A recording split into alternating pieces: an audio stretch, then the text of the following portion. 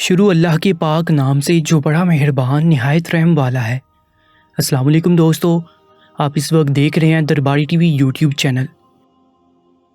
میرا نام ہانیہ ہے۔ جس گھر میں میری شادی ہوئی اس گھر میں میرے سسر کے علاوہ اور کوئی بھی نہیں تھا۔ میرے سسر بہت اچھے انسان تھے، مجھے پہلے دن سے بہت زیادہ عزت دی۔ وہ لوگوں کے لیے دیگیں پکایا کرتے تھے، پکی پکائی دیگوں کا کاروبار تھا ان کا۔ کسی کے گھر جا کر نہیں پکاتے تھے، بلکہ گھر کا ایک بڑا سا کمرہ اس کام کے لیے رکھا ہوا تھا اور 2 ملازم بھی رکھے ہوئے تھے۔ میرے پاپا ٹیکسی چلاتے تھے، تو پھر میرے گھر میں رشتے بھی تو ایسے گھروں کے ہی آنے تھے۔ ویسے بھی ہم خود کاروباری لوگ تھے، ہمیں کسی کے کاروبار سے کوئی مسئلہ نہیں تھا۔ میرے سسر بہت اچھا کھانا پکاتے تھے، باریش انسان تھے، عمر بھی ان کی کافی ہو چکی تھی۔ میرے شوہر نے ان کو 3 دفعہ کہا کہ اب آپ یہ کام چھوڑ دیں، اب آپ کی عمر ہو گئی ہے، لیکن وہ خود بھی یہ کام نہیں چھوڑنا چاہتے تھے، اور لوگ بھی کہتے تھے کہ پھر ان کے جیسا ذائقہ اور کون بنا پائے گا۔ میرے سسر نے ایک دن مذاق میں میرے شوہر سے کہا کہ میں یہ کام چھوڑ دیتا ہوں اگر تم یہ کام سنبھال لیتے ہو تو، لیکن میں کنائی ہوں، میرا باپ بھی یہی کام کرتا تھا اور اس کا باپ بھی یہی کام کرتا تھا، اس لیے میں نے بھی یہی کام کیا، لیکن تم ہم میں سے عجیب نکل آئے جو کمپیوٹر ایکسپرٹ بن گئے۔ آج کل تو سب کو کمپیوٹر ہی سیکھنا ہے، یہی تمہارا خاندانی کاروبار ہے جو میرے دم سے ہی چل رہا ہے، اس کے بعد تو کوئی بھی اس کو سنبھالنے والا نہیں ہوگا، اس لیے جب تک میں ہوں میں یہی کام کروں گا۔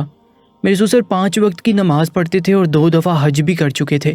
انہوں نے سستے زمانے میں حج کیا تھا، جب حج کرنا بہت آسان تھا، اس لیے کبھی کبھی لوگ ان سے دم کروانے بھی آتے تھے، لیکن کوئی اپنے بچے کو لے آتا تو کبھی کوئی اپنی بیٹی کو۔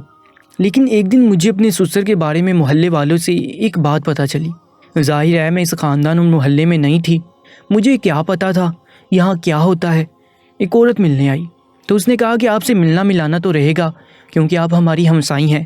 باتوں باتوں نے اس نے مجھے ایک بات بتائی کہ تمہارے سسر جس لڑکی پر بھی دم کرتے ہیں 1 ہفتے بعد وہ حاملہ ہو جاتی ہے۔ میں نے کہا کہ ایسے کیسے ہو سکتا ہے، اور مجھے اس بارے میں پتہ ہی نہیں، جبکہ میری شادی کو 3-4 مہینے ہو چکے تھے۔ اس نے کہا کہ ہاں یہ بات زیادہ لوگوں کو نہیں پتہ، وہ سب کو دم کرتے بھی نہیں، لیکن جس کو 1 دفعہ دم کر دیا تو سمجھو 1 ہفتے کے اندر اندر وہ عورت حاملہ ہو جاتی ہے۔ میری اپنی کزن کو بھی میں انہی کے پاس لے کر آئی تھی اور پھر یہی ہوا تھا۔ تمہیں نہیں پتہ ہے؟ میں نے کہا کہ ہاں پچھلے ہفتے ایک عورت مٹھائی لے کر آئی تھی اور سیدھا میرے سسر سے ملنے چلی گئی تھی۔ مجھے لگا کہ اس کے بیٹے یا بیٹی کی شادی ہے تو کھانے کا آرڈر دینے کے لیے آئی ہے اور ساتھ مٹھائی بھی لے آئی ہے۔ میری ہمسائی نے مجھے اس عورت کا حلیہ بتا کر پوچھا کیسی تھی؟ میں نے بتایا تو کہنے لگی کہ اس کی کسی بیٹی کی شادی نہیں ہے، اس کی اپنی شادی کو 4 سال ہو گئے ہیں، لیکن اس کے ہاں کوئی اولاد نہیں ہے، ضرور وہ دم کروانے ہی آئی ہوگی۔ یہ بات اپنے شوہر سے پوچھی تو اس نے کہا کہ اس طرح کی کوئی بات نہیں، بس لوگوں کا اپنا یقین ہے، ہم کیا کر سکتے۔ میں نے کہا کہ آپ کو کیا لگتا ہے سچ مچ بابا جس بھی عورت پر دم کرتے ہیں وہ 1 ہفتے کے بعد کوئی خبر سنا دیتا ہے؟ تو میرے شوہر نے کہا کہ مجھے نہیں پتا، یہ تو تم عورتوں کی کوئی بات ہے، محلے کی عورتوں کو ہی پتا ہوگا، مجھے اتنا پتا ہے کہ لوگ ان کے پاس دم کروانے کے لیے آتے ہیں، باقی کی بات ابا ہی جانے۔ اور عورتیں، میں یہ بات سن کر بہت حیران ہوئی اور سوچنے لگی کہ ایسی بات ہے تو پھر بابا ضرور عورتوں سے کوئی پیسے وغیرہ بھی لیتے ہوں گے، یا وہ خوش ہو کر خود ہی پیسے دے دیتی ہوں گی۔ پھر اتنے پیسے کہاں جا رہے ہیں؟ ہمارے لیے تو کبھی خود سے کوئی چیز نہیں لے کر آئے۔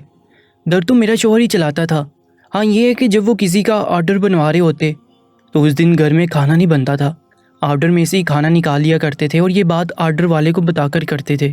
ایک دن کچھ عورتیں آئیں تو میرے سسر کے بارے میں پوچھنے لگی کہ وہ کہاں ہیں۔ میں نے کہا کہ وہ نماز پڑھنے گئے ہیں، آپ نے کیا کرنا ہے؟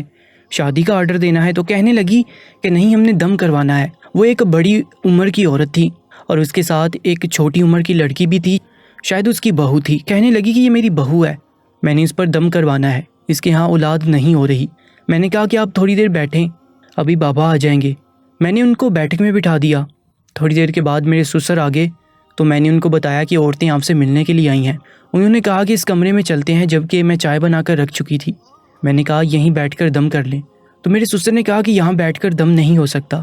میرے سسر ان کو اس کمرے میں لے گئے جہاں پر وہ دیگی پکایا کرتے تھے۔ میں نے اس کمرے کو ایک نظر دیکھا تک نہیں تھا، پتہ نہیں ایسا کون سا دم تھا جو یہاں بٹھا کر میرے سامنے نہیں ہو سکتا تھا۔ تھوڑی دیر بعد میں چائے کی ٹرے اٹھا کر اس طرف چل دی۔ میں نے کہا کہ اب چائے بنائی ہے تو چائے پی بھی لیں۔ جو میں نے دروازہ کھولنے کی کوشش کی تو دروازہ اندر سے لاک تھا۔ یہ بات دیکھ کر تو میں حیران رہ گئی کہ یہ کون سا دم ہے۔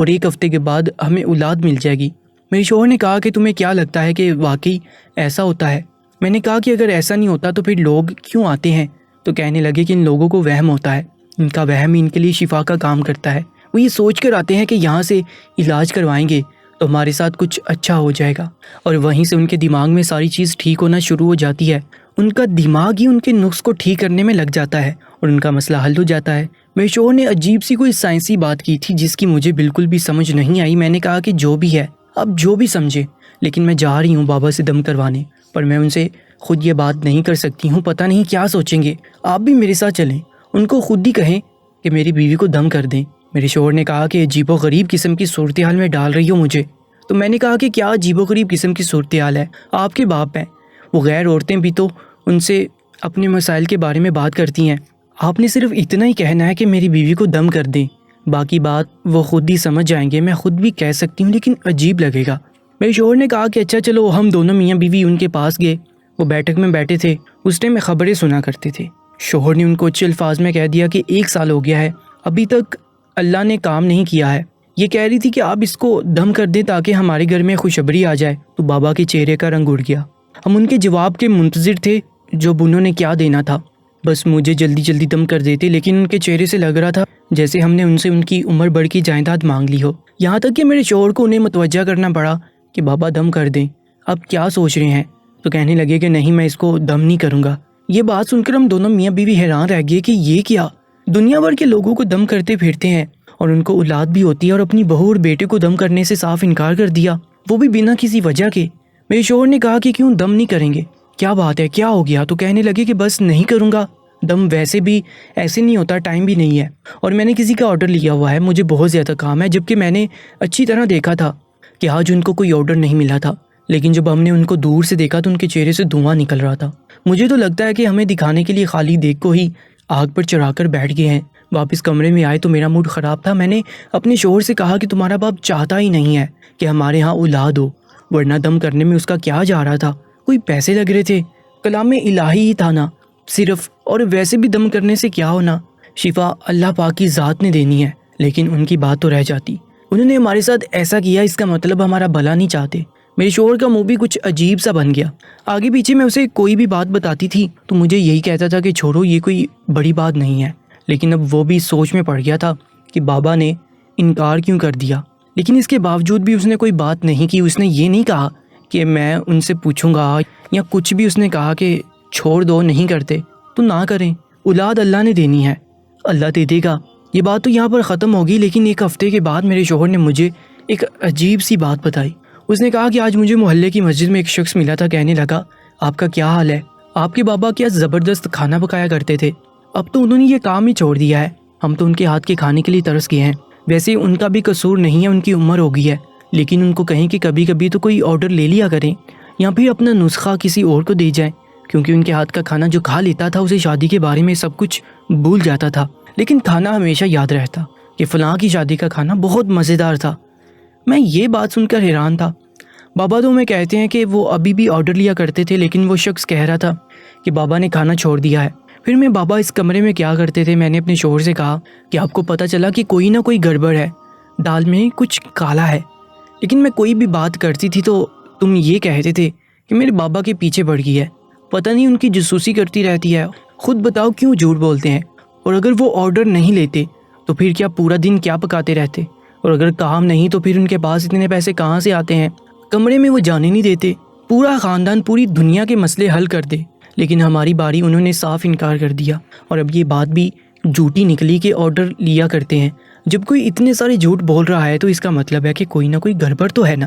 اب میرے شوہر کی آنکھیں کھل گئی، اس نے کہا کہ میں بات کروں گا، لیکن اب تو مجھے خود بھی اس معاملے کی تہہ تک جانا تھا۔ میں نے اگلے دن ہی کمرے میں جانے کا پلان بنا لیا، میں نے کمرے کا تالا ہی گم کر دیا، اور میرے سسر کو نماز پڑھنے کے لیے جانا تھا، اس لیے وہ فوراً کمرے کو کھلا چھوڑ کر ہی چلے گئے، لیکن نماز سے انہوں نے جلدی واپس آ جانا تھا۔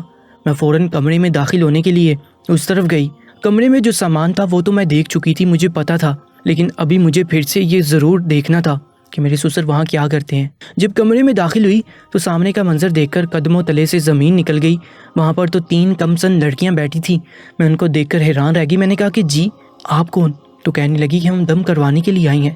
مجھے غصہ آ گیا، اور میں نے ان کو کہا کہ اپنی بہو پر دم کر نہیں سکتے تو تم لوگوں پر کیا دم کریں گے؟ کوئی دم نہیں ہے، سب جھوٹ ہے، چلی جاؤ یہاں سے۔ وہ لوگ حیران رہ گئے۔ جو واپس جا رہی تھی میرے سسر وہاں آگے ان عورتوں سے کہنے لگے کہ آپ لوگ کیوں جا رہی ہیں، لیکن مجھے کمرے میں کھڑے ہوئے دیکھ کر گھبرا گئے۔ عورتیں تو وہاں سے چلی گئی اور میں نے اپنے سسر کو آج غصے میں کہہ دیا کہ آپ مجھ پر دم کر نہیں سکتے تو ان پر کیا کریں گے۔ ہمیں یہ بھی پتہ چلا ہے کہ اب آپ نے آرڈر لینا چھوڑ دیا، پھر آپ سارا دن اس کمرے میں کرتے کیا ہیں؟ میرا شوہر بھی وہاں آ گیا اور کہنے لگا کہ اب مجھے آپ سے یہی بات کرنی تھی، اس گھر میں ہو کیا رہا ہے، آپ کو ہمیں سب کچھ بتانا ہوگا، کیونکہ اگر آپ لوگوں کی مدد کرتے ہیں تو پھر آپ نے ہماری مدد کیوں نہیں کی؟ لیکن میرے سسر نے ابھی بھی کوئی بات نہیں کی۔ انہوں نے میرے شوہر سے بدتمیزی کی اور کہا کہ تم اتنے بڑے نہیں ہوئے کہ مجھ سے سوال کرو، چلے جاؤ یہاں سے۔ کچھ دن گزر گئے، ہم میاں بیوی ایک دوسرے سے لڑنے لگے۔ پھر ایک دن میں باہر بیٹھی رو رہی تھی جب میرا سسر وہاں آیا اور کہنے لگا کیوں رو رہی ہو بیٹی؟ میں نے کہا سب آپ کی وجہ سے ہو رہا ہے، اگر آپ میرا علاج کر دیتے تو آج میری آنکھوں میں آنسو نہیں ہوتے۔ میرے سسر نے کہا کہ تمہارا علاج کر بھی دوں تب بھی تمہارے ہاں کچھ نہیں ہوگا۔ میں نے کہا کیا مطلب ہے؟ میں حیران رہ گئی جب انہوں نے مجھے ایک بات بتائی۔ انہوں نے کہا کہ یہ سچ ہے، میں نے آرڈر لینا چھوڑ دیے ہیں اور میں اپنے کمرے میں ایک دوائی بنایا کرتا ہوں جو بے اولادی کے لیے کام آتی ہے۔ میں جب عورتوں کو دم کرتا ہوں تو ان کے شوہروں کے لیے ایک خاص قسم کی دوائی بھی بنا کر دیتا ہوں، یہ میرے دادا پر دادا کا نسخہ ہے، کیونکہ آج کل مردوں میں یہی مسئلہ ہوتا ہے لیکن عورتیں اپنے شوہروں پر آنچ نہیں آنے دیتی اور یہ کہہ دیتی ہیں کہ ان کے اندر کوئی مسئلہ ہے اور وہ دم کروانے کے لیے آئی ہیں۔ میں آرڈر نہیں لیتا لیکن میں دوائی بناتا ہوں جس کو 7 دن تک آگ پر پکانا ہوتا ہے۔ میں حیران رہ گئی اور میں نے کہا کہ اگر ایسی بات ہے تو پھر آپ کو دوائی اپنے بیٹے کو کیوں نہیں دیتے یا پھر مجھے کیوں نہیں دیتے؟ آپ ہمیں کیوں نہیں دیتے دوائی؟ اگر ایسا تھا تو پھر آپ مجھے بتاتے کیوں نہیں؟